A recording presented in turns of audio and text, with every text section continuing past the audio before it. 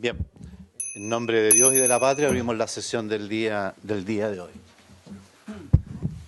Le damos la más cordial bienvenida a nuestro señor Contralor, don Jorge Bermúdez, aquí presente. Muchas gracias por acoger el interés que tiene la comisión para escuchar también algunos puntos de vista respecto de esta tramitación de esta ley en relación a integración social y urbana, un proyecto, Contralor, que ha sido ampliamente debatido, que hemos llegado también a unos niveles de consenso con el Ejecutivo, de hacer algunos cambios al detalle, al desarrollo, cambios que en su oportunidad también se los vamos a hacer llegar para que también pueda ir compartir algunas visiones respecto de ese mismo proceso. Así que le agradecemos su presencia el día acá. La acompaña también la jefa de la Unidad de Estudios Legislativos, la señora Pamela Bugueño.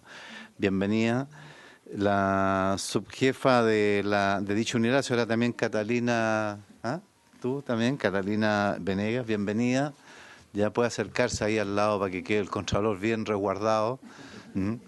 La señora asesora también Pamela Gutiérrez, entiendo que también está acá, usted también bienvenida.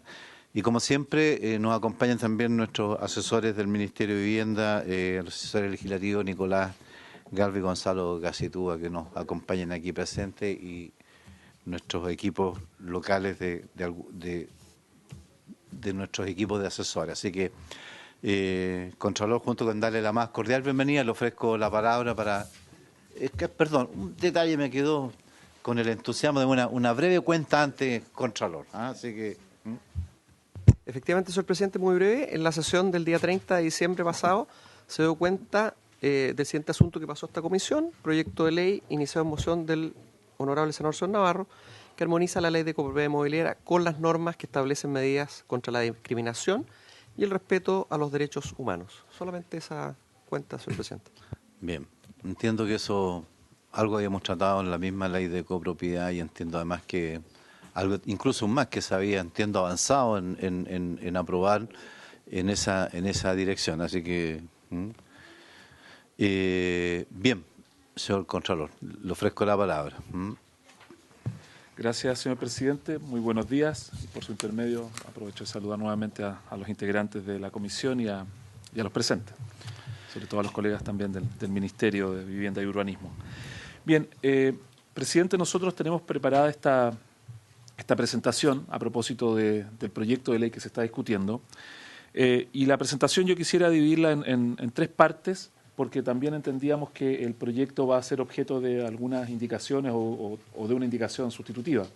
Y desde ya yo quisiera poner a disposición tanto del Ministerio como de la Comisión algunos comentarios ya técnicos y de detalle que tenemos respecto del proyecto mismo, que a lo mejor pueden servir para la indicación sustitutiva. Se los podemos hacer llegar como una forma de minuta y también a la propia comisión. Obviamente en un espíritu colaborativo y también tomando en cuenta que a veces esta es una materia tan técnica que a veces la mirada de la Contraloría puede ayudar para poder salvar problemas interpretativos que se pueden producir a futuro, ¿no? O sea, ya no son pocos los casos en que por la vía de la modificación de la ley se han tenido que solucionar problemas que se han dado producto de problemas de coordinación interna de la legislación. Entonces, nosotros queremos ofrecer eso. Obviamente, todos los proyectos siempre son susceptibles de ser mejorados. Y en esta presentación, yo quisiera hacer está dividida en tres partes, es muy breve. Primero, hacer una breve recapitulación de los desafíos que presenta una política pública en materia urbana, y obviamente una de integración social es eso. En segundo lugar, quisiéramos hacer un recorrido breve sobre la legislación que hoy día está vigente en esta materia, que es bien relevante también tenerla en cuenta porque es una legislación que, como vamos a ver, apunta en esta misma dirección, que está hoy día totalmente vigente, pero que no ha tenido una aplicación práctica, porque, entre otras cosas, porque tiene poco tiempo de vigencia. Y en tercer lugar, algunos comentarios al proyecto de ley que a lo mejor servirían para lo que se está legislando hoy día. Respecto de los desafíos que presenta una política urbana, quisiera partir mostrando brevemente, si es que ojalá que nos acompañe la tecnología, este video. La oleada de protestas de este sábado también alcanzó a Alemania. En Berlín, miles de personas se manifestaron contra el aumento de los alquileres. Las noticias en nuestra sección en breve. Los participantes exigieron prohibir a los grandes propietarios que operen en las ciudades. Asimismo, demandaron convertir los pisos expropiados en viviendas sociales. Los precios de alquiler se han duplicado en la última década en la capital alemana.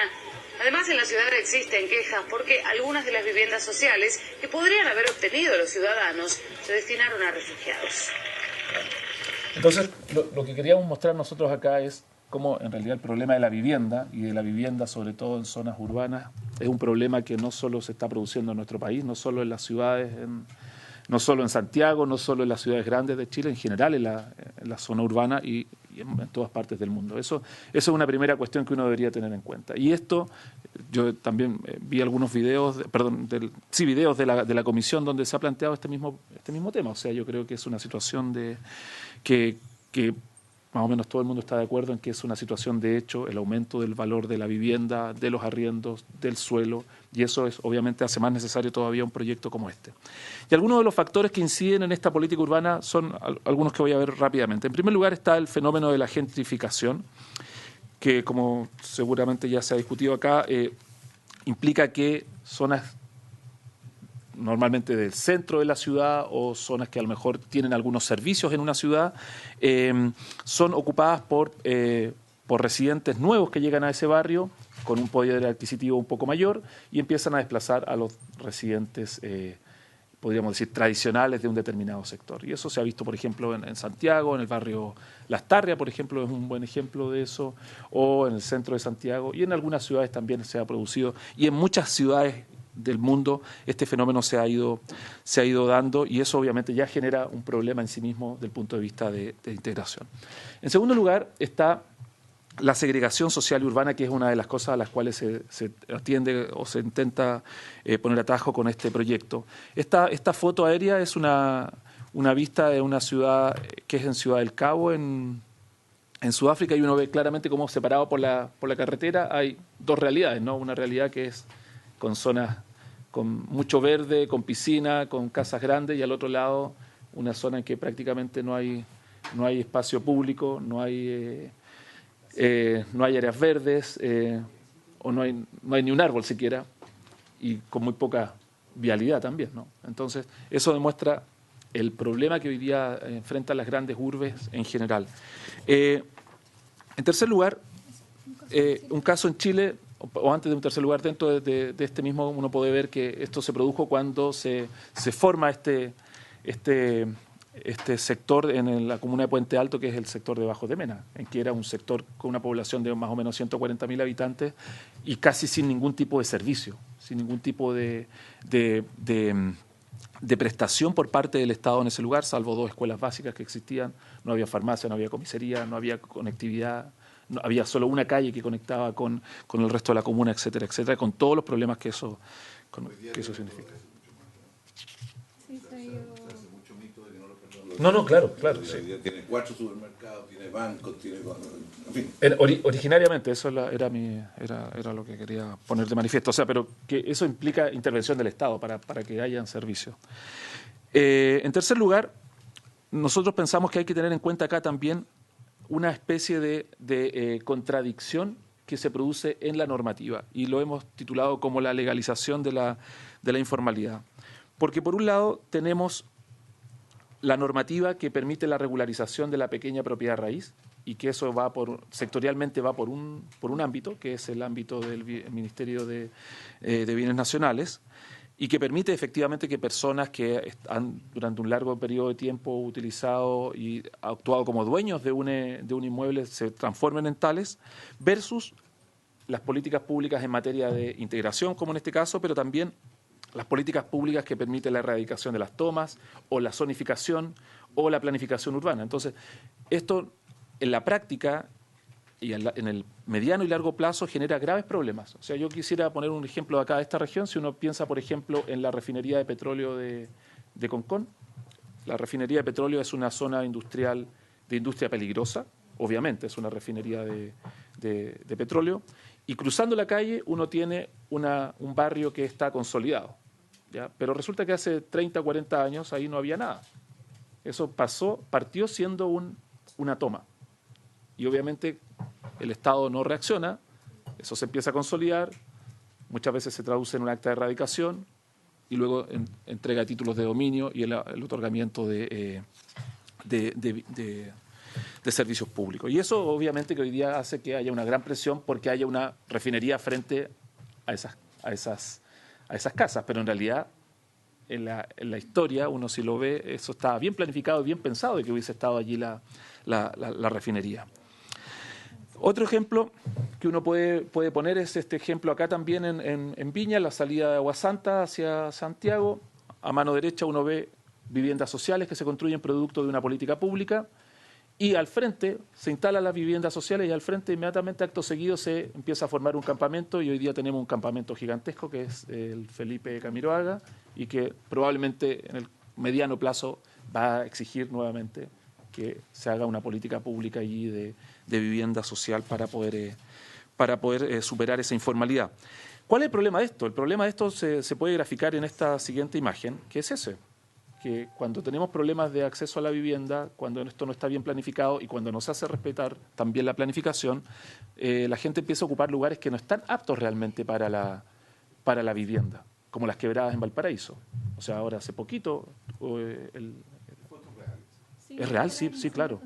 Eso sí que no es la de este año, es la del año pasado, es del 2014, que fue muchísimo más grande. Pero eso pone de manifiesto que estas son las consecuencias, ¿no? Esa es la foto aérea de cómo quedó ese sector, sectores de difícil acceso, con poca conectividad, poco acceso para carros bombas, etcétera. Otro problema que se produce cuando uno analiza esta política pública es la de la escasez de suelo. Esto es bien relevante por su intermedio, presidente, de tener en cuenta, porque una de las propuestas que nosotros vamos a hacer más adelante a propósito del proyecto de ley es precisamente cómo podría ir ganándose un poco de suelo o de espacio construible para superar este problema. Esta foto no es en Chile, eso sí, es en Bombay, en India, pero nuevamente pone de manifiesto que cuando no hay suelo terminamos con que ahí prácticamente no hay calles, no hay... La gente en algunos casos tiene que moverse por los techos de las casas para poder salir. Entonces, esto grafica ese problema. El valor de la vivienda, esta es una gráfica que tomamos de otras presentaciones que se han hecho acá mismo, solo para recordarlo, cómo ha ido aumentando el precio de la vivienda versus un aumento que no es en la misma proporción que han tenido los ingresos por hogar. Entonces, la vivienda hoy día es mucho más cara que hace 5 años, es mucho más cara que obviamente que hace 10 años. Esto ha pasado en todas partes del mundo. Este fenómeno no es solo acá en Chile.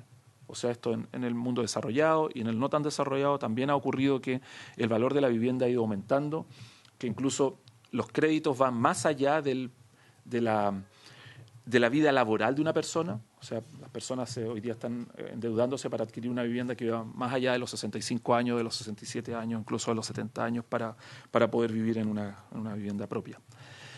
Por otro lado, hay que tomar en cuenta en una política de estas características que la acción del Estado obviamente que genera una cierta plusvalía y genera un valor.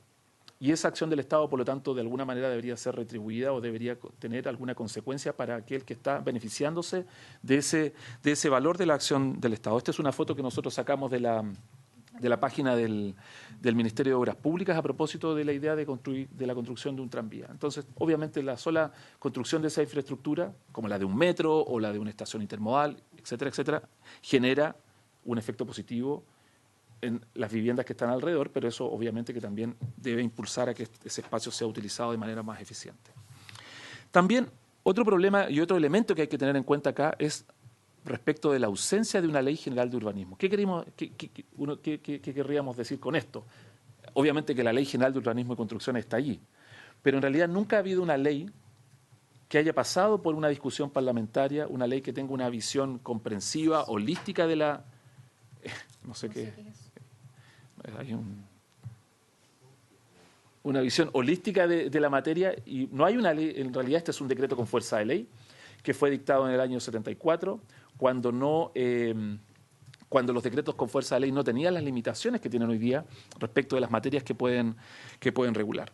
Entonces, el problema es que cuando tenemos esta falta de regulación se produce, no sé si ojalá podamos proyectar eso. Se produce F5. Ahí está. Se produce lo siguiente, que es esa imagen, ¿no? El caso de los guetos verticales o los denominados guetos verticales en la comuna de Estación Central es producto de la falta de regulación. Allí no hay un plan regulador. El plan regulador se inició su tramitación hace algunos años, quedó detenida y nunca se retomó, y por lo tanto la interpretación o la aplicación que se hizo de la normativa general acá fue la más beneficiosa, en el sentido más beneficiosa para el desarrollador inmobiliario, ni para la ciudad, ni para quienes quedaron viviendo allí, como esas personas que tienen a la espalda ese edificio tan grande. Y también, y otro elemento que quiero poner sobre la mesa, por su intermedio, presidente, es el proceso de elaboración de los instrumentos de planificación territorial. ¿Ya? Esto ya fue tocado, por ejemplo, en múltiples estudios, pero uno de los que quisiéramos traer aquí a la mesa es el que hizo la Comisión Engel a propósito de lo que implica esta tramitación. Y la cita que aparece ahí dice: la planificación urbana a través de los planes reguladores puede generar y transferir riqueza, lo que promueve las presiones de terceros a su diseño con el consiguiente riesgo de abrir espacios para el tráfico de influencias y la corrupción. La misma acción del Estado, a través de cambios normativos en el uso del suelo o por medio de obras de infraestructura, genera estos efectos.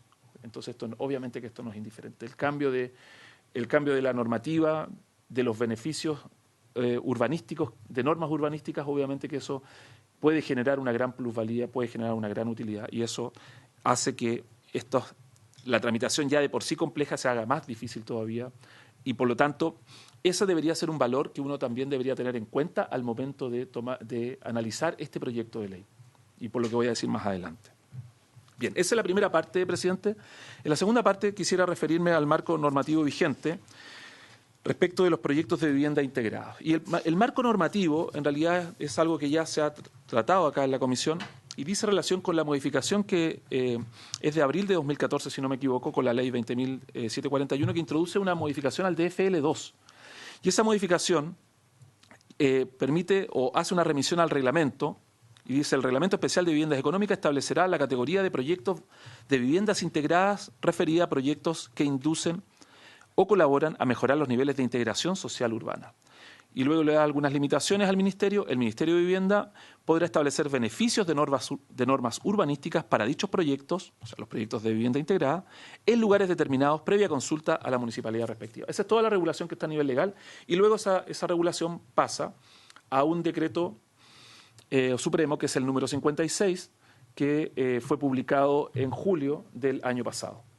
O sea, acá hay una regulación, está la norma legal y hay una regulación completa en esta materia que está en el decreto supremo número 56 y que está hoy día vigente, ¿ya? Y que establece la forma en que se puede acceder a beneficios de normas urbanísticas cuando se presentan proyectos de viviendas integradas.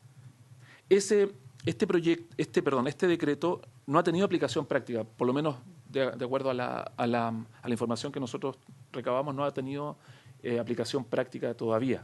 Por lo tanto, no sabemos cómo va a comportarse, qué beneficios podría traer.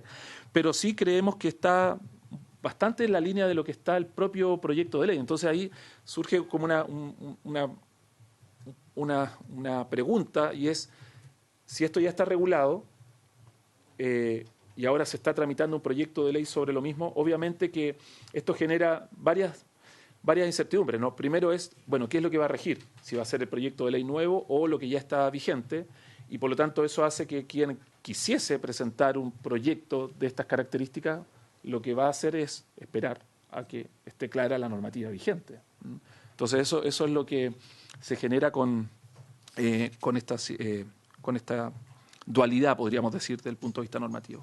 El decreto establece en sus considerandos cuál es el objetivo que tiene, y dice que las modificaciones reglamentarias que se proponen permitirán disponer de beneficios de normas urbanísticas para determinados predios, especialmente en sectores cuyas normas no se condicen con su potencial urbano y que se estima debieran ser densificados, de manera equilibrada, atendida a la existencia de inversión relevante del Estado en infraestructura y o la disponibilidad de equipamientos de interés público. Esos son los dos elementos que se consideran para este beneficio. Entonces, el decreto que hoy día está vigente define lo que son los proyectos de viviendas integradas, qué proyectos pueden acceder a estos beneficios, cuáles son los beneficios de normas urbanísticas y las enumera también de cuáles pueden ser desde el punto de vista de la altura, de la densidad, etcétera, del coeficiente de ocupación, etcétera.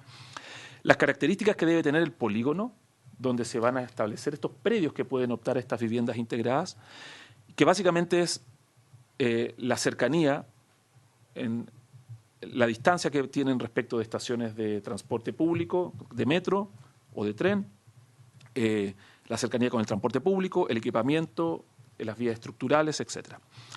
Y además se establece el procedimiento. Y este procedimiento es bien relevante de tener en cuenta porque este procedimiento en realidad podríamos decir que es un procedimiento enteramente público. No es un procedimiento que formalmente por lo menos se pueda iniciar a solicitud de un desarrollador inmobiliario, sino que es un procedimiento que es la autoridad a solicitud del gobierno regional o de la municipalidad en que se va a iniciar y para eso entonces se sigue esta tramitación que se basa en un informe que se va a desarrollar.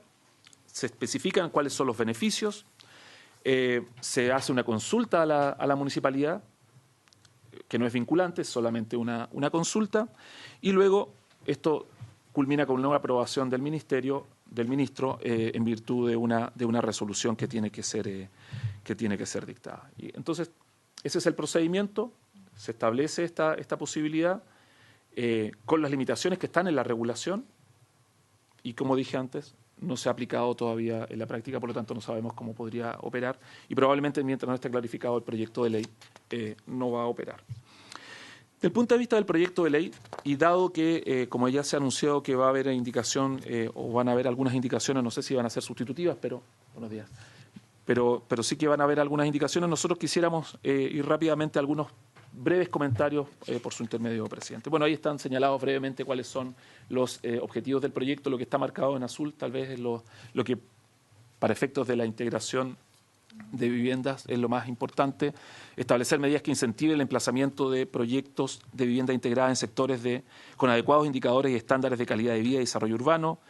Impulsar las zonas de integración urbana y facultar a los planes reguladores intercomunales para establecer zonas de integración urbana y precisar reglas de primacía entre los beneficios y las normas urbanísticas generales.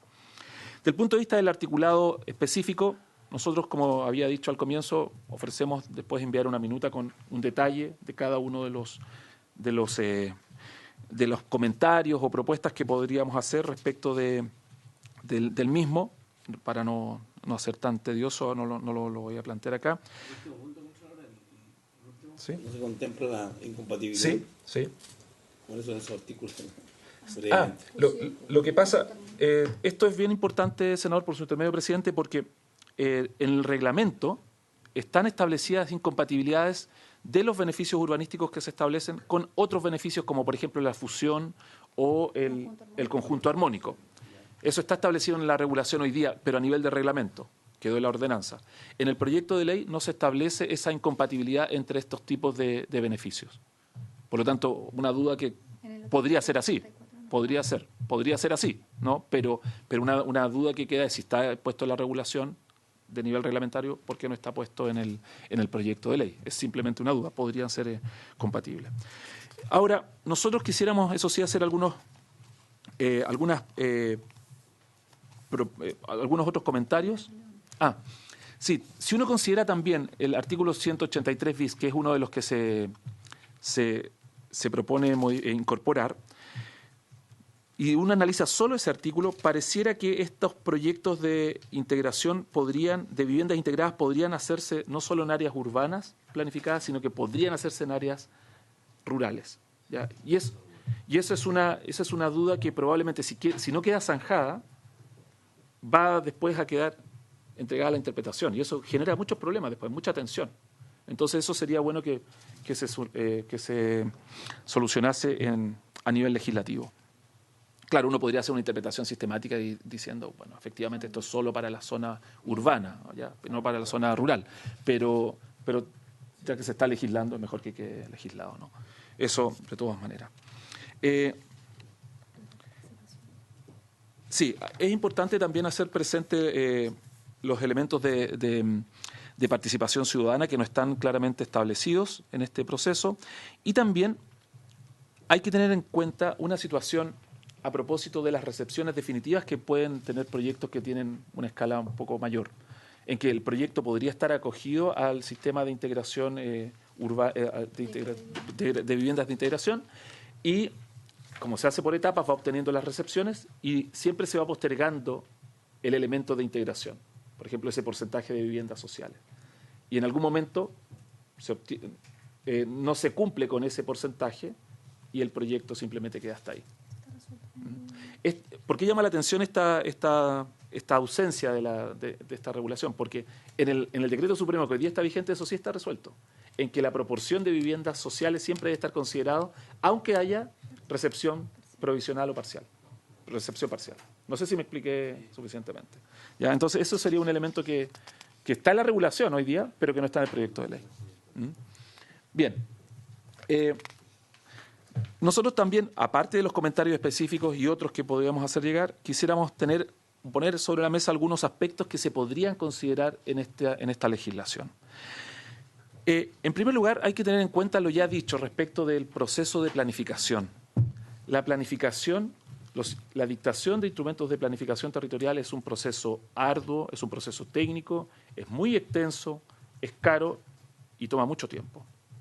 Por lo tanto, las municipalidades, las comunas que logran tener instrumentos de planificación territorial, habría que tal vez, de alguna manera, por así decirlo, respetarlo, por lo menos por un tiempo.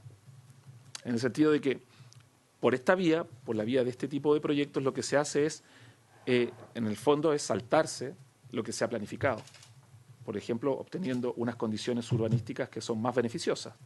Entonces, a lo mejor, dada esta característica de complejidad que tienen los IPT de su tramitación, que a lo mejor hay que solucionarlo, pero no es en el momento, uno a lo mejor debería tender a que aquellos IPT que tienen una vigencia actual, que son más o menos nuevos, deberían a lo mejor excepcionalmente admitir este tipo de proyectos de integración.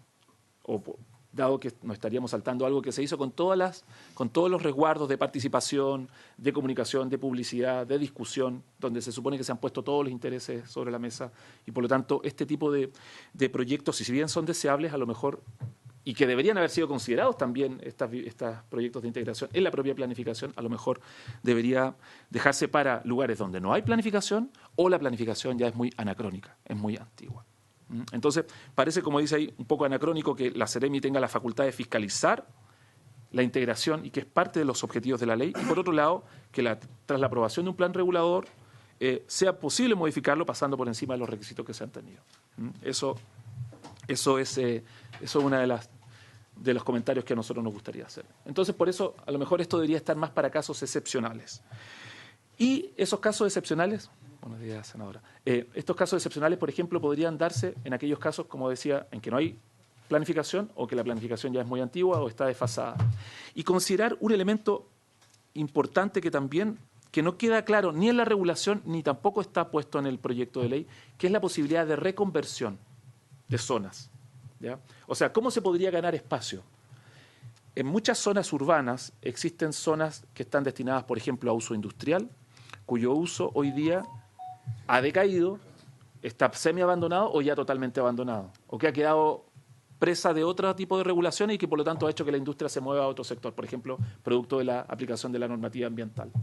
Entonces, esa zona industrial, allí uno podría plantear esa reconversión, y es lo que ha ocurrido en otras partes. En realidad no estoy diciendo nada que sea muy novedoso. Esto es lo que ha ocurrido en Hamburgo, en la zona portuaria, que ocurrió en el propio Puerto Madero y en otras ciudades del mundo, donde se reconvierten esas zonas industriales y se gana espacio para vivienda, y que en este caso podría ser también como vivienda con integración social. Entonces, ese elemento nosotros pensamos que es muy, muy importante y permitiría hacer proyectos que sean más específicos, más acotados, pero más eficaces desde el punto de vista de lo que se va a lograr.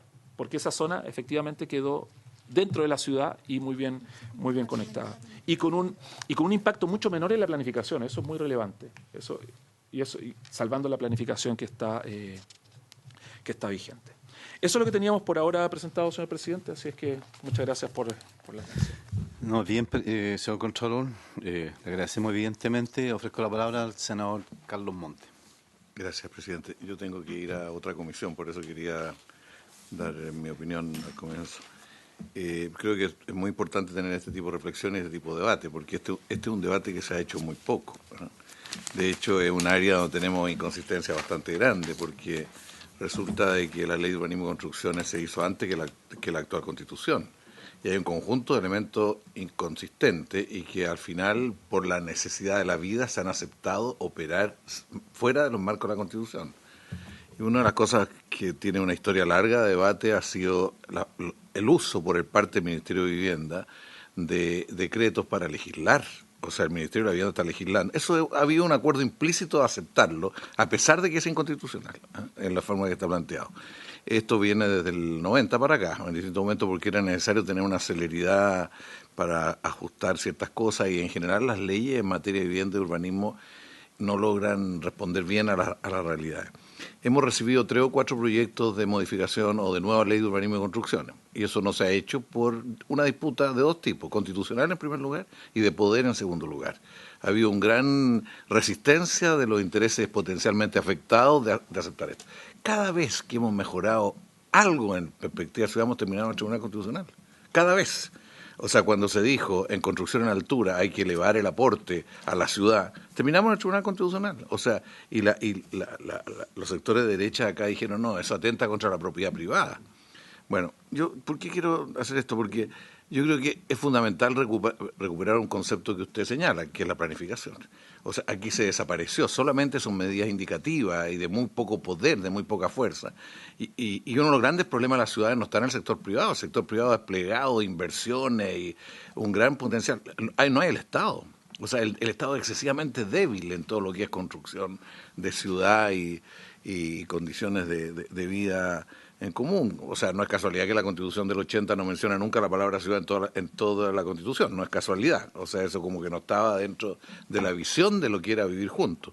Bueno, yo respecto al conjunto de medidas, creo que una cosa es construir un nuevo marco, que hay que hacerlo, y es lento, y hay mucha resistencia, y por lo tanto, y otra cosa es por lo menos que avanzamos en la situación actual, porque para muchos, yo creo que el tema de este estallido social, hay un estallido pendiente, que es el de los allegados, sobre todo aquí en Valparaíso, en Santiago y en Concepción, donde está la situación desbordada, o sea, absolutamente desbordada, y ya llevamos unos 10 o 12 años donde la oferta de vivienda está muy por debajo de las nuevas parejas, de los nuevos matrimonios, que hay, y bueno, y Antofagasta por razones, digamos. Entonces se dio un debate fuerte en el presupuesto, en el presupuesto, y al final optamos por dar una facultad de excepción al ministro, y eso se lo consultamos a ustedes para que no hubiera problema, y que le da una facultad al ministro de poder aceptar proyectos en determinadas zonas, que el ministerio diseña los proyectos, o sea, elabora los proyectos, que el ministerio incluso contrata al privado, y una vez hecho el proyecto se articula con la demanda. Esto es como se hizo en la remodelación San Borja, en definitiva, porque esto que usted habla de Hamburgo acá se hizo, y se hizo contra todo, ¿eh? De hecho contra todas las leyes y todas las normas de esa época. O sea, todo fue por el borde, porque la tendencia acá no era de integración de esa naturaleza, y quizá el proyecto más potente de integración que hemos tenido es remodelación San Borja y la Villa Frey, quizás son las dos con las dos. Bueno, yo lo digo esto porque creo que hay que necesariamente avanzar por el lado de un nuevo marco y ver cómo en la realidad vamos avanzando. Y esta región, o sea, Valparaíso, esta región va a tener problemas muy serios y muy luego, porque aquí hay una falta, una necesidad de respuesta a vivienda bastante grande y no tenemos respuesta a la altura y apropiada. Bueno, yo termino diciéndole, Contralor, yo creo que sería bueno que con nosotros tuviéramos los 2 diálogos, el del nuevo marco. Esto lo digo, presidente, porque el gran problema de innovación en este área, de piloto y todo, que tratamos de hacerlo con ese artículo en la ley, es la Contraloría, ¿no? Que tiene una cierta resistencia a la innovación. Entonces ahí tratamos de pactar un camino de innovación, dándole toda la facultad al ministro, porque no había otro camino. El ministro es el que tiene, que sea quien sea, o sea, pero un ministro que tenga él que tomar la decisión política y se equivoca es culpa de él. Entonces yo creo que esto hay que probarlo lo antes posible, sobre todo en las 3 grandes ciudades y en Antofagasta. En Antofagasta es más concreto, o sea, basta que el presidente de la República le diga al ejército, señores del ejército, tienen que entregarle tantas hectáreas al Ministerio de Vivienda para un proyecto integrado. Así, no un problema de negociación, de precios, o sea, se requiere otro enfoque en ese caso. Y en las zonas industriales que ustedes dicen, son fiscales. O sea, es que están en una situación bien excepcional, que usted sabe bien cuál es, que no son fiscales propiamente, son fiscales pero como patrimonio del ejército. Y hasta hace poco tiempo los vendían y el producto de la venta ni siquiera quedaba en el presupuesto. Y los gastos que hacían ni siquiera quedaban en el presupuesto. Lo hemos corregido, han vuelto a lo mismo y hemos vuelto a corregir. Y usted lo conoce mejor que yo, eso todo. Y también con Carabineros. Bueno, pero eso en el caso de Antofagasta. Y en el caso de acá no queda otra que en el anillo pericentral, en el caso de Santiago, San Joaquín. Ahí va a haber que expropiar terreno, va a haber que expropiar las zonas industriales, porque empezar a negociar precios no. Hay que expropiar y después negociar el precio, o sea, y ahí construir pronto alguna. Eso es lo que le estamos planteando al Ministerio. Incluso esta semana hay una reunión nada más que para ese punto en el caso metropolitano, para que acá yo no conozco esta región, pero acá hay que hacer algo parecido. O sea, hay que ver qué zonas son de un potencial determinado para construir proyectos y dar respuesta integrada, no solo al interior del nuevo proyecto, sino que en el barrio del nuevo proyecto, porque usted habla de la gentrificación, que es un problema muy serio ahora, pero hay una contragentrificación, que es forzar la integración. Esto supone que el Estado mete mucha plata y todo lo demás, pero eso se hizo en la época del gobierno de Salvador Allende, se hizo con fuerza, detrás de la escuela militar, ¿no es cierto? Se hizo todo un plan de integración que después vino y lo sacaron a la familia, ahora último sacaron a la... O sea, había un intento de hacer una contragentrificación en el fondo, o sea, que sectores populares llegaban a otros barrios. Aquí se trató de hacer con una ley de integración de 5% en todo nuevo proyecto, ¿eh?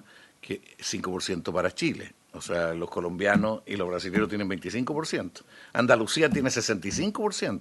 Y aquí cuando se dijo 5%, dos diputados de la época, que fueron Patricio Vale y Latorre, Juan Carlos Latorre, se opusieron, dijeron que esto era apropiatorio. Y eso está en muchas partes del mundo. Estados Unidos tiene muchos estados con... O sea, nos falta repensar el tema y yo en eso valoro mucho su exposición. ¿Cómo? Francia también, sí. Es que ahí tienen un concepto, ahí no hablan de integración, hablan de vivienda pública, que otro, y además de propiedad pública. Entonces tienen otro que también tiene sus problemas, pero está mucho más allá que nosotros. Eso es lo que yo quise. Nosotros estamos con un problema acá. Y cuando hablamos de nueva constitución, compañera, cuando hablamos de nueva constitución, la nueva constitución incluye repensar cómo se construye ciudad, si la ciudad no puede ser el producto de puras decisiones individuales de mercado, requiere una capacidad de articular con un Estado que juega un rol que es insustituible en el caso de la... Bueno, eso, presidente, perdóneme, pero tengo que irme a comisión. Sí, el senador Montes deja el tema, pero se retira, entonces no tenemos ninguna posibilidad de... de... Una discusión que es súper importante, que en la reforma tributaria estamos retrocediendo en esta materia. Todo lo que es subdivisión de terrenos quedó con un régimen de excepción tributaria, o sea, paga 10% y no el régimen general, no el 27%, la utilidad de... Y eso, perdimos en eso, no sé cómo ese retroceso que tiene que ver con el problema de disponibilidad de suelo, le digo al Ministerio también, porque eso tiene que ver con la disponibilidad. O sea, basta quedarse un ratito en la Villa Cauciño Macul para darse cuenta la aberración que hay. Las utilidades no son de la construcción, son el terreno. O sea, es básicamente del terreno. Y en todos los países eso implica que el Estado recupera tributariamente algo, que es lo único que puede recuperar. Pero en fin. Sí, no, bien. Sí, señor Contralor, en realidad, al final llegamos también al convencimiento de que el proyecto no se hace cabal y absolutamente del fondo del tema. Y aquí hemos tenido también las exposiciones de diferentes entes gremiales también respecto de cómo opina y al final cómo construimos también la ciudad y cómo además hemos permitido que se construyan este tipo de ciudades. O sea, cómo además si constatamos esa misma realidad físicamente, cómo ha sido posible que no fuimos capaces de ir actuando, accionando frente al propio desarrollo de los temas. Cuando los instrumentos de planificación territorial, a veces me toca a mí siendo alcalde de Goyay, que creo que todavía no está aprobado el plan regulador de Goyay, que no es cierto, y lo empecé yo hace como 10 años atrás, ¿ya? Entonces uno dice, bueno, algo evidentemente se ha ido desarrollando y eso ha generado toda esta situación de este desarrollo urbano que no queremos tampoco en la ciudad, lo que nos pasa en los cerros de Valparaíso, lo que nos pasa en el uso del borde costero, que de repente viene una acción, ¿no es cierto?, típica de nuestro país de catástrofe y se nos cambia todo el panorama, hasta los submarinos empezaban a, ¿no es cierto?, a dar vueltas en la bahía de Talcahuano sin saber para dónde, o sea, no equivocamos todo, ¿ya? Decíamos el otro día acá también con entidades gremiales del mundo de la planificación, de los arquitectos. Bueno, asumamos que aquí tenemos toda una responsabilidad colectiva de que al final de cuentas detrás de cada estos proyectos hay un urbanizador, ¿no es cierto?, hay un arquitecto, hay profesionales. Lo que pasó, como bien señalado usted en esta gráfica, interesante gráfica respecto de los guetos verticales. Bueno, eso no había que, o sea, hasta un ciego lo veía, porque se iba a chocar, ¿no es cierto?, con las puertas, se iba a chocar con el vecino en cada minuto y en cada acción. Por eso consideramos que el proyecto era necesario desde el punto de vista de su desarrollo, pero también es necesario desde el punto de vista de cómo hacemos parte ahora de esta realidad, y por eso concordamos con el ministro, ¿verdad?, iniciar una fase de rediscusión respecto del fondo del proyecto. ¿Cuál va a ser la modalidad? Todavía no la tenemos acotada, pero lo que sí concordamos es que vamos a realizar una revisión integral del proceso. Aquí está presente en la sala Contralor, nuestros asesores de la propia Biblioteca del Congreso también, de la Asociación de Municipalidades que están aquí también. Por lo tanto, queremos que este proceso sea también, porque lo han reclamado las propias organizaciones, participativo, abierto, donde escuchemos a la gente, porque creemos que hoy día hay que hacerse cargo, ¿verdad?, de que las ciudades no están respondiendo al desarrollo urbano, ¿no es cierto?, no están respondiendo a tener unas ciudades amigables, ¿verdad?, acogedoras, una ciudad donde en definitiva realmente se construya en calidad de vida, y muchas veces acontece todo lo contrario. No tenemos a lo mejor los dramas de algunos países, ¿verdad?, de otras partes del planeta, y también por lo mismo nos da la oportunidad de corregirlo. Así es que creo que ese es el punto. Senador Navarro y nuestros asesores del Ministerio. Gracias, presidente. Bueno, agradecer a nuestro Contralor Jorge Bermúdez por la presencia en la Comisión de Vivienda. Siempre la autoridad encargada de velar por la legalidad del accionar del Estado es importante. Y quiero plantearle lo siguiente. Estamos a puerta de iniciar un proceso de nueva Constitución y luego aprobación. Pero eso es 2021. Yo ya quisiera que la Constitución hubiera sido aprobada en 2020, un proceso que yo considero extraordinariamente largo y negativo por su extensión. Sin embargo, el Ministerio de la Vivienda y los 2 años de este gobierno lo que quieren es avanzar en este ámbito de viviendas y de integración. Y el tema es que van a tener que enfrentar un proceso con las deficiencias legislativas que tiene, las deficiencias administrativas, y estas no las pueden cambiar. Entonces, la pregunta es, y para el Ministerio también, ¿qué vamos a hacer estos 2 años? ¿Con qué legislación nos vamos a basar para impedir que en ese proceso puedan haber elementos que determinen la paralización de esta política? Y yo creo que lo óptimo sería generar una mesa muy amplia en donde podamos consensuar que esta política vaya acorde con lo que vamos a hacer con la nueva Constitución, con esos parámetros y preceptos que van a ser acordados en 2021. No pueden ser los mismos ni iguales, porque eso está por definir por los constituyentes, pero la verdad es que si queremos avanzar y no esperar 2 a 3 años más, se va a requerir un esfuerzo extraordinario, tanto del legislativo, del gobierno y como los organismos, como la Contraloría, para poder determinar políticas inmediatas, porque ya hay graves problemas. Y si se insiste en ello, lo que vamos a tener es una paralización de estas políticas de integración. Y si queremos generar nuevas, bueno, quien si quiera oponer lo va a poder hacer, me explico, ¿no? Va a recurrir a todas las instancias legales y esta política puede terminar paralizada.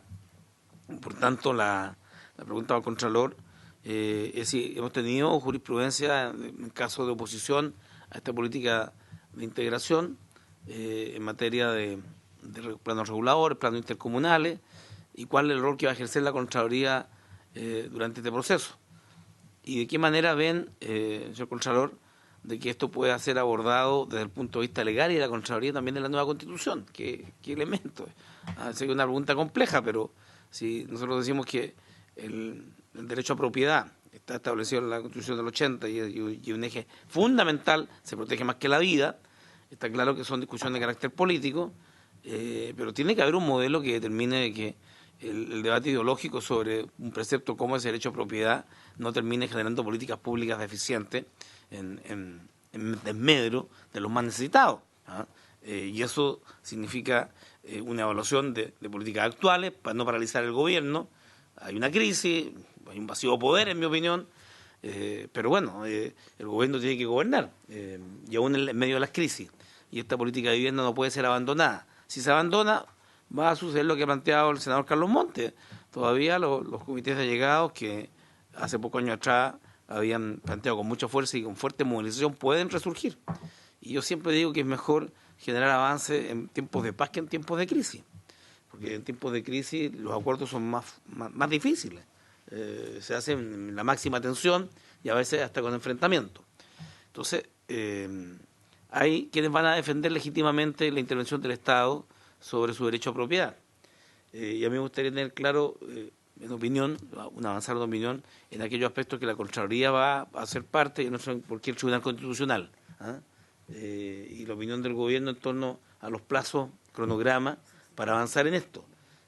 Si esto tiene apuro, porque esta ley está recién partiendo, las recomendaciones que nos hacen de la Cámara de Diputados es que rechacemos esta ley. Nos han dicho todos de que esto atenta contra el patrimonio cultural nacional y que este es un negocio inmobiliario más de los muchos que hemos conocido en un país donde la regulación del suelo y en particular la fortaleza para defender la construcción de ciudad es inexistente. Esa es a pesar de que llegó aprobado, hay una opinión muy crítica, por lo menos de mi bancada.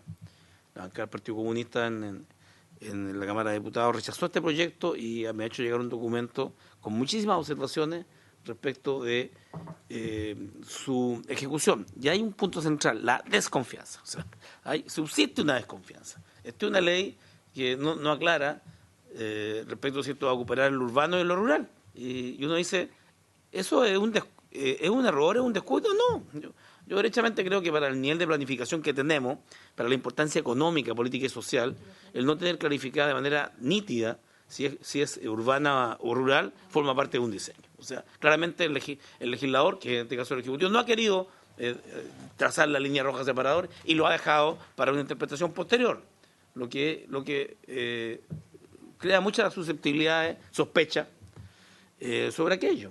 ¿De qué es lo que queremos hacer? ¿Queremos integrar urbanamente o queremos ir hacia zonas rurales, siempre demandadas, siempre codiciadas por su bajo costo inicial? Eso, señor presidente.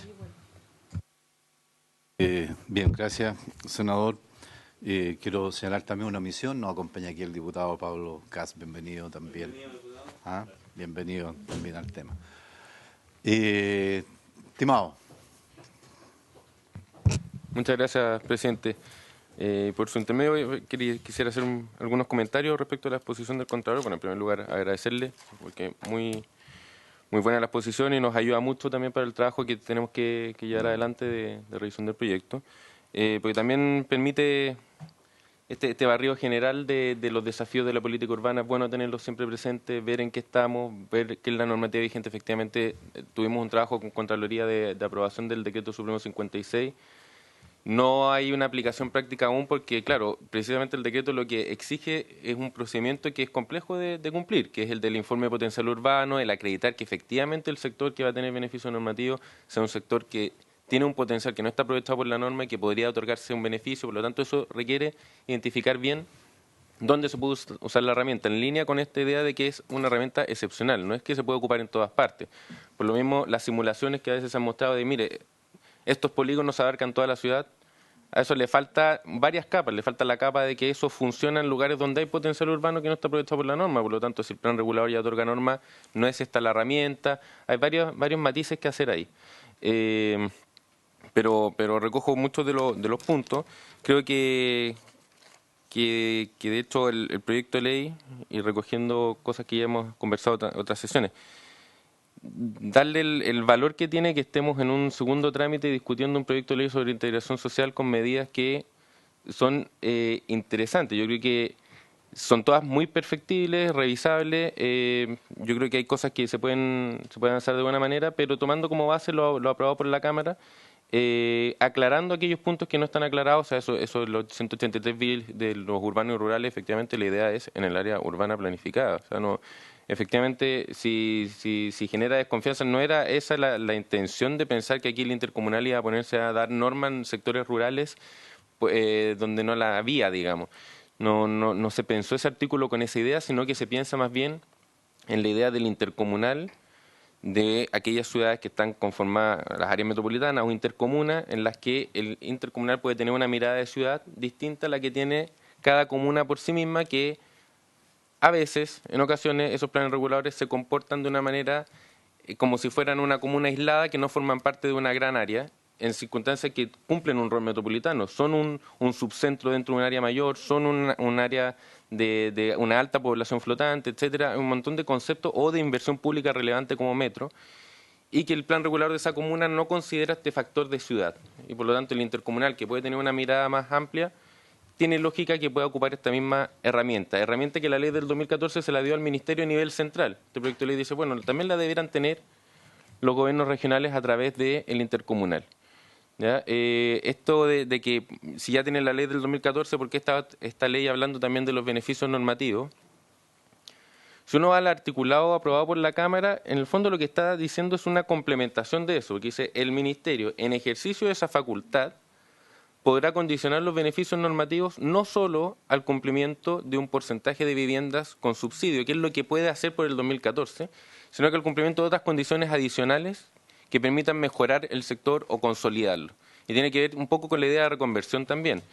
Con la ley del 2014 y el decreto 56, hacer un polígono donde uno diga, mira, aquí hay beneficios normativos, pero a cambio yo le voy a pedir un porcentaje de viviendas con subsidio y además que usted haga una plaza o que mejore tal lugar. No, a ver, parece que usted se pasó un poco en la habilitación legal del 2014. El 2014 usted le hablaba de proyectos de viviendas integradas, y si uno va a la historia de la ley, lo que buscaba era hacer proyectos de vivienda donde hubiera viviendas con subsidio y sin subsidio. Que además uno pidiera condiciones como mejoras en el entorno o llegada de servicios nuevos o que el proyecto en sí mismo, condicionar el proyecto en sí mismo, por ejemplo, que el primer piso sea una placa comercial. Exigir eso. Con la atribución de la ley y del decreto supremo 56 podía quedar en entredicho. O sea, así se pensó. En el fondo el decreto 56 quedó como una herramienta donde lo único que uno puede pedir a cambio de los beneficios normativos es un porcentaje de viviendas con subsidio. Eso puede funcionar en lugares que ya están consolidados. ¿Qué pasa cuando uno quiere hacer uno de estos polígonos asociado a una inversión pública como la llegada a una estación de metro a un sector donde no existe esta consolidación del sector, pero que tiene ese potencial? ¿Por qué tiene potencial? Porque ya la llegada del metro, junto, por ejemplo, a la construcción de un parque urbano y otro tipo de equipamiento, puede ser una buena oportunidad para revitalizar un sector. Y en esa revitalización que participe el sector público con sus inversiones públicas, pero también el sector privado que acceda a estos beneficios normativos, donde se le dice, bueno, usted quiere acceder a beneficios normativos, usted tiene que hacer proyectos abiertos hacia la calle, donde el primer piso sea equipamiento, servicios públicos, comercio, no sé, cosas que falten en ese sector.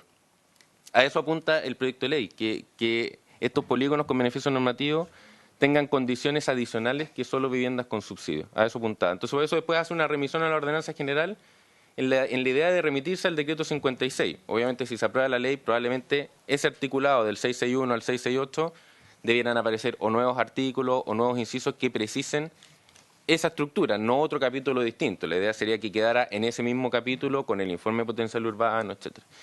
Y quisiera recoger otro punto que es muy relevante, que es esto de que si el proceso de planificación es arduo y todo, las excepciones deberían ser acotadas y dejar reservada esta herramienta como algo excepcional. Efectivamente, yo creo que eso es algo que se debiera precisar en el proyecto de ley, yendo más atrás, en el sentido de que hay otro artículo del proyecto de ley que ya está aprobado, que es el que tiene que ver con el artículo 27 de la Ley General. El artículo 27 es el primer artículo sobre planificación, en el capítulo de planificación urbana de la Ley General, que dice que la planificación urbana tiene que tener objetivos de desarrollo social, económico, tal, y ahí se agrega el que debe contemplar en todos los niveles criterios de integración social y urbana.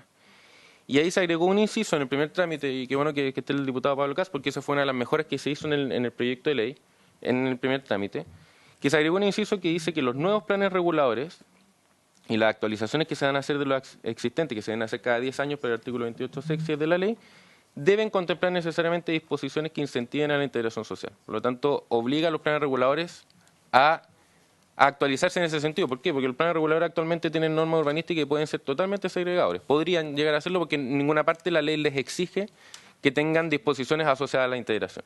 Esta ley lo que busca es decirle, usted tiene que tener disposiciones para la integración. Podemos seguir trabajando cuáles son esas disposiciones. Son incentivos normativos, son normas obligatorias, son cosas que, por ejemplo, si usted tiene infraestructura pública como una estación de metro, necesariamente tiene que estar vinculado a determinadas cosas. Eso yo creo que es parte del debate que tenemos que seguir teniendo respecto de qué debiera decir el artículo 27. Si uno fortalece ese artículo y le dice a los planes reguladores que tienen que tener tal o cual cosa, efectivamente, cuando esos planes reguladores se hagan cargo de eso, la herramienta del Ministerio debiera quedar fuera de aplicación, porque el plan regulador ya se hizo cargo. Entonces, podría el proyecto de ley, y eso es algo que hay que trabajar aún. Yo quizás estoy adelantando cosas que no hemos terminado de definir, pero sí decir que esta herramienta excepcional es, por ejemplo, mientras todavía no se actualice el plan, esto es a largo plazo. O sea, cuando uno habla de cuando el plan regulador se actualice, si el plan regulador se aprobó hace 1 o 2 años, su próxima actualización va a ser en 9 años, digamos. Entonces, en ese intertanto, es bueno que alguien tenga una herramienta que permita actualizar con los límites que están en el decreto 56. Nosotros pusimos con el ministro en algún momento que esos 8 artículos del 661 al 668 uno los puede entender como límites a la atribución del ministro. ¿Por qué límite? Porque no es en cualquier lugar de la ciudad, sino que en determinado emplazamiento. Lo que se pide a cambio son determinadas cosas. Las normas urbanísticas que pueden ser objeto de beneficio son algunas y no todas. Hay un proceso que exige un informe de potencial urbano, hay una consulta a la municipalidad, esta incompatibilidad con la fusión y el conjunto armónico, el tema de las limitaciones a la enajenación de las viviendas que se adquieren con este... Todos esos son límites a la aplicación de esta herramienta. La idea es eso, mantenerlo, generar las confianzas necesarias en el uso de esta herramienta, confiar en que el Ministerio de Vivienda no quiere utilizar estas herramientas para hacer maldad en la ciudad, digamos, todo lo contrario, es para aprovechar y densificar equilibradamente aquellos sectores donde hay inversión pública y ahí recoger el punto de la captura de las plusvalías, si uno se quiere decir. O sea, hay inversión pública y por lo tanto tiene que de alguna forma aprovecharse de buena manera eso. Por ejemplo, a través de normas que obliguen o que potencien o incentiven que haya viviendas con subsidio en lugares donde haya habido inversión pública. Eso es una buena forma de, como política pública, lograr beneficios y cumplimiento de objetivos de acceso a la vivienda en lugares donde el Estado ha estado invirtiendo. Creo que hay varios puntos que se pueden recoger, nos llevamos eso, vamos a revisar con calma la presentación y cualquier cosa, ojalá podamos estar ahí en contacto y poder atento a la minuta esa que prometieron. Muchas gracias. Sí. Después le vamos a ofrecer al Contralor para que cierre su tema, ¿no es cierto? El diputado Kast. Muchas gracias, presidente, y agradecer la presencia acá del Contralor y su equipo. Yo creo que es muy importante y fue una de las cosas yo creo que quedaron pendientes de nuestra discusión en la Cámara de Diputados. Quiero además felicitar a esta comisión por la profundidad que le han entregado a la reflexión sobre este tema. Yo creo que, y en eso sí, hacer una reflexión de que en la Cámara de Diputados fue algo, tuvimos mucha discusión, mucho debate, pero me da la impresión de que los integrantes de la comisión no se involucraron con la profundidad que meritaba este problema para poder desarrollarlo y profundizarlo y llevarlo más allá, que es el desafío que se está planteando en esta comisión. Así que mis felicitaciones por eso. Sí quiero decir un tema y el motivo por el cual estoy acá para poder consultarle a usted, Contralor. Dentro de la discusión que se dio en la Cámara de Diputados, ahí tenemos, por supuesto, sacamos dentro de las conclusiones que la ciudad en Chile y nuestro sistema tiene 2 desafíos importantes. El primero es planificar de buena forma, ¿cierto? Yo creo que hay una conclusión común de que en Chile la planificación urbana que permite aberraciones como los guetos verticales y otras situaciones urbanas dramáticas que generan más problemas que beneficios, son cosas que deberíamos tener hoy día a partir de nuestro sistema de planificación urbana, la herramienta para poder combatirlo y hacerlo de buena forma. Y también, y en mi opinión hoy día, sobre todo para el objetivo de integrar socialmente, tenemos un desafío más grande que tiene que ver con cómo en aquellas zonas de buena calidad generar las herramientas para que los planes reguladores, que a su vez fueron los que permitieron un desarrollo de una cierta calidad urbana, permitan acoger hoy día y actualizarse para generar la integración, que no por supuesto todos entiendo, concluimos de que no lo está haciendo de buena forma. Y ese era el corazón de este proyecto. Y uno de los fenómenos que tiene que sortear, aparte, por supuesto, de una actualización en su sistema de planificación, que se está definiendo hoy día a través de una directriz de pedirle que dentro de sus actualizaciones cada 10 años genere este objetivo de integrar, poder sortear, y ahí va mi pregunta, todo lo que tiene que ver con la participación ciudadana que se opone a la integración. Entonces, ahí hay un fenómeno que yo quisiera, en el fondo, preguntar qué herramientas existen legales, porque hoy día, claro, se ha planteado el tema de la inconstitucionalidad de obligar quizás a una persona a postergar su derecho a la propiedad privada, que yo entiendo además que la resolución constitucional le dio finalmente la razón a la posibilidad de que el Estado sí exija beneficio, o sea, aporte al espacio público. Por lo tanto, ese tema del límite al derecho a propiedad no quedó consagrado en ese proceso constitucional. Pero sí, hoy día se ha generado una obstaculización y una exclusión social muy grande a partir de todos los procesos de participación ciudadana que preguntan por la posibilidad de que llegue gente de estratos socioeconómicos más bajos a su barrio. Y eso es un fenómeno mundial y en Chile, por supuesto, no ha sido la excepción. Entonces, ¿de qué forma podemos consagrar también a través de, por supuesto, nuestro sistema legislativo, existe una contradicción entre o una posibilidad de obligar a que la ciudadanía no excluya en los procesos de participación ciudadana? ¿Y qué herramientas existirían? Gracias, presidente.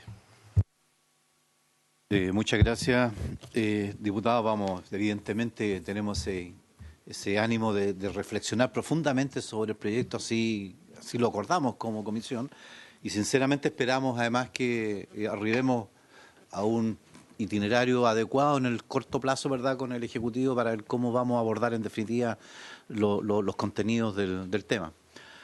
Contralor. Gracias, señor presidente. Yo quisiera hacer un par de comentarios y voy a tratar de responder la pregunta que me hacía el diputado también. En primer lugar, quisiera hacer y poner también acá como otro antecedente que no quedó bien claro, es que la integración implica, yo me imagino yo que también a eso tiende a una integración de todos los segmentos de la sociedad. O sea, no solo una integración implica que sean los segmentos más desfavorecidos, sino que también debería tender a que haya integración de aquellos que a lo mejor no están tan desfavorecidos, pero que también tienen dificultades para acceder a la vivienda. Porque si bien no tenemos números nosotros como Contraloría, a lo mejor el Ministerio sí los tiene, pero hay un grupo de gente que, por así decirlo, tiene los suficientes recursos como para no poder optar a un subsidio, pero no son lo suficientemente ricos como para poder optar a un crédito hipotecario. O sea, hay un grupo de gente que está quedando hoy día, podríamos decir, que son víctimas de su éxito relativo, porque en el fondo no pueden acceder hoy día ni a los beneficios del Estado, ni a los beneficios... Y que probablemente no es pequeño, yo no sé cuánto será, pero yo creo que eso no... Obviamente es una cosa que no está presente y tampoco lo escuché en las discusiones que vi en los videos de la comisión. Entonces, yo creo que eso sería bueno también que uno lo considerase. Y eso a lo mejor, si uno lo considerase, permitiría responder de mejor manera la pregunta del diputado Kass por su intermedio, presidente, porque en el fondo la eventual resistencia que puede haber respecto de, en el proceso de participación ciudadana, respecto de proyectos de integración, a lo mejor se aminora en la medida que esa integración sea más diversa todavía y no que sea un choque, por así decirlo, tan fuerte entre un estrato muy alto y un estrato muy bajo. A lo mejor esas capas medias ayudan mucho a que sean ese bálsamo que ayuda a que la sociedad pueda funcionar de mejor manera. Ahora, lo que sí creo es, yo no soy sociólogo como para dar una respuesta acá a esa pregunta, ¿no? Pero sí hay que tener en cuenta que, por lo menos desde el punto de vista legal, la participación es normalmente de carácter consultivo, no es una participación que sea vinculante, eso en primer lugar. Y por lo tanto ahí, claro, eso puede tener un costo sobre todo para el que tiene que tomar la decisión, puede tener incluso un costo político, pero en principio no es vinculante. Y también hay que considerar que los procesos de integración, y eso probablemente el Ministerio lo tiene mucho más claro que nosotros, hay una cierta intensidad, o sea, uno puede ir desde sistemas donde es el Estado el que hace todo el proceso de integración y por lo tanto es el dueño de la vivienda integrada, por así decirlo, hasta procesos en donde en realidad esto va cambiando por normativas más intensas, donde exigen porcentajes, o ya derechamente donde es el desarrollador inmobiliario y la iniciativa del desarrollador inmobiliario que se ve beneficiado por estos beneficios urbanísticos que le hacen presentar un proyecto que es lo que tenemos ahora. Esa es una decisión obviamente de política legislativa, nosotros no opinamos sobre eso, pero ahí claramente eso va a permitir también avisorar cuáles problemas pueden producirse en uno y otro caso. En todo esto, eso sí, y yo recojo algunas palabras que se han tomado, que la mencionó el senador Navarro, creo que acá tenemos un problema de desconfianza, eso sí, muy grande. En esta materia, creo que tal vez las grandes plusvalías que se han producido, la oscuridad que ha habido en algunos procesos de planificación hechos por todos conocidos llevan a que haya una desconfianza en la regulación urbanística en general. Entonces, y ahí creo que uno tiene que también hacer un poco de memoria, mucha de la regulación urbanística ha sido para solucionar problemas de proyectos específicos. Y eso es una cosa que se conoce. O sea, el caso de, por ejemplo, de la modificación a la Ordenanza General de Urbanismo y Construcciones para facilitar el proyecto termoeléctrico en Campiche, es eso. Fue solucionar un problema puntual que había generado una sentencia de la Corte Suprema y se hizo modificando, en ese caso, la normativa a nivel reglamentario. Que puede ser, pero eso trae otras consecuencias, ¿no? Trae otras consecuencias desde el punto de vista que al final se recarga con problemas ambientales una sola zona. Entonces, esto es un tema súper complejo, muy, muy complejo. Está además una obviedad lo que estoy diciendo. Hay cosas que nosotros veíamos que ya estaban resueltas en la regulación, otras que a lo mejor hay que recoger en la nueva legislación, y vuelvo a reiterar que nosotros vamos a hacer llegar esa minuta para poder colaborar. Gracias. Muy bien, muchas gracias. Senador Navarro, para terminar. Presidente, en todo esto se subsume el bien superior, digamos, de la paz o de la integración social, entendiendo que cuando no ha existido integración social, y la marginalidad no solo ha causado daño social, sino un tremendo daño económico, porque el Estado lo que tiene que hacer, al igual cuando las externalidades negativas de los procesos productivos no consideran elemento medioambiental, alguien paga al final la cuenta, alguien tiene que después descontaminar no solo al medio ambiente, sino a las personas, y al final, adivinen quién es, ese siempre Moya, es el Estado, que tiene que hacerse cargo.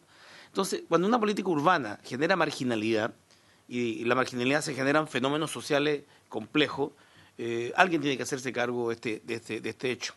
Entonces, yo quiero señalar que comparto plenamente la política de integración, no solamente como una necesidad, sino como parte de la ética política, como parte del buen vivir y como una necesidad social ineludible. O sea, si no hay integración, es un proceso de autodestrucción. Y gran parte del estallido social se genera hoy día en Chile porque ha habido otras marginalidades, no ha habido integración y eso en algún momento explota. Y los costos ya lo estamos pagando, son capaces de destruir una nación, son capaces de destruir un sistema. Por tanto, yo diría que hoy día, cuando el Estado decide invertir y decide intervenir, el debate que sobreviene en torno al peso de bienes, de valores, es decir, y de derechos. El derecho a la integración versus el derecho a la propiedad privada. Y en algún minuto alguien tiene que resolver, y esa va a ser la nueva Constitución, porque alguien tiene que resolver de que esto se puede legislar y no puede ir al Tribunal Constitucional, porque se ha tomado una medida pública de hacer integración para prevenir una situación de estallido social y para generar lo que toda Constitución o que todo país debería aspirar, que es un buen vivir, la felicidad, de que efectivamente se pueda vivir en sociedad y ser feliz, sin problemas sociales, ojalá sin pobreza, situación que es muy compleja. Pero digo esto a propósito de que se ha instalado, o sea, el hecho de sale de mi jardín, ¿no? Sale, bueno, es un lago público. Sale de mi mall, bueno, un mall es público. Tenemos instalado un sesgo respecto del derecho a propiedad o de la territorialidad muy marcado. Y creo que eso es terriblemente dañino de mantenerse en el tiempo, y esta es una política que enfrenta aquello. Yo participo y apoyo esa política de integración. Sin embargo, hay que hacerlo tal de que estos instrumentos estén a disposición del bien común y no del interés particular. Esa es la clave, y en la construcción procesal de este proyecto de ley, yo creo que esa es la clave para que obtengamos el objetivo deseado. Y a mí me preocupa mucho que en definitiva tengamos una ley por la urgencia y luego esta se desvirtúe. No ha pasado muchas veces. No tiene el Congreso Nacional un mecanismo de evaluar sus leyes. O sea, aquí lo hemos dicho 20 veces, quienes llevamos varios periodos en el Parlamento decimos, ¿cómo evaluamos una ley después de 10 años para saber si nos equivocamos, acertamos o hay que hacer correcciones? No cuando queda la crisis producto de los defectos de la ley, sino porque se percibe que su funcionamiento no ha sido adecuado y es el deber del órgano que hace la ley el corregirla, ya sea el gobierno o el Parlamento. En general el gobierno lo hace cuando hay protestas, manifestaciones, porque dice, bueno, hay que corregir, parece esto. Pero el Parlamento no lo tiene. tiene sí muchos estudios académicos que van detectando esto con tiempo y van aportando estos elementos. Como la decisión es siempre política al final y siempre lleva recursos, nos encontramos de que muchas de estas leyes que son deficientes, no hay capacidad, no hay iniciativa legislativa parlamentaria porque requieren recursos y por tanto nos quedamos solos en la presentación de proyectos. Lo digo esto a propósito, Contralor, de que ayer la Sala dio cuenta al Senado del rechazo de mis proyectos de ley presentados, uno para que el director de Servicios de Impuestos Internos pueda ser nombrado por el Senado, al igual que el Contralor, al igual que el Fiscal Nacional, al igual que otros órganos, y de tal manera que dure 10 años y tenga plena autonomía. Dice, no es admisible. Dos, de que la Fiscalía pueda iniciar acciones legales de persecución de delito económico sin la necesidad de la querella por parte del Servicio de Impuestos Internos. Y creo que también inadmisible. Bueno, Penta y Soquimich, que a la base de muchos estudios que hoy día están apareciendo, son la clave del estallido social. La gente se sintió violentada. Y cuando proponemos fórmulas no tenemos las facultades. Y esto va a volver a ocurrir, en mi opinión, si no se hace. Entonces, en este mecanismo, esta ley social que debiera mantenernos todos juntos, sin ningún tipo de diferencia, estamos a prueba en el mismo sentido. Sabemos que si no hacemos nada, vamos a tener la situación de Boca Sur, en mi región, la región del Biobío, donde se marginó a un grupo de ciudadanos de escasos recursos, lo sé yo, al borde del mar, a las orillas del río, a la desembocadura, con efectos desastrosos en lo económico, y hoy día resulta millonaria la inversión que hay que hacer para reparar, y esa inversión es pública. O sea, al final alguien se benefició con sacar a los pobres y marginizarlos, pero después ese costo lo asumimos todos, lo asume nuevamente el Estado, en un tiempo de 20, 30 años donde esto explota socialmente. Entonces, diría que en el ámbito de resguardar que esta ley va a ser controversial, ya lo es, me explico, ¿no? O sea, viendo si resulta, porque la pregunta del Ministerio es, ¿va a resultar? ¿Nos va a permitir efectivamente desarrollar esta política de integración? La política de integración que ha desarrollado el Ministerio de la Vivienda hasta ahora, yo lo he planteado, el caso Coronel, ha sido más bien fracasada, la gente no se siente integrada. Le han puesto una casita modesta en medio de otra de mayor plusvalía, distintas, diferentes, sin entrada de autos, con menos patio, y se sienta allí, pero sufre una discriminación ya de los pares, de sus vecinos. Entonces uno dice, el tipo y la calidad de la integración.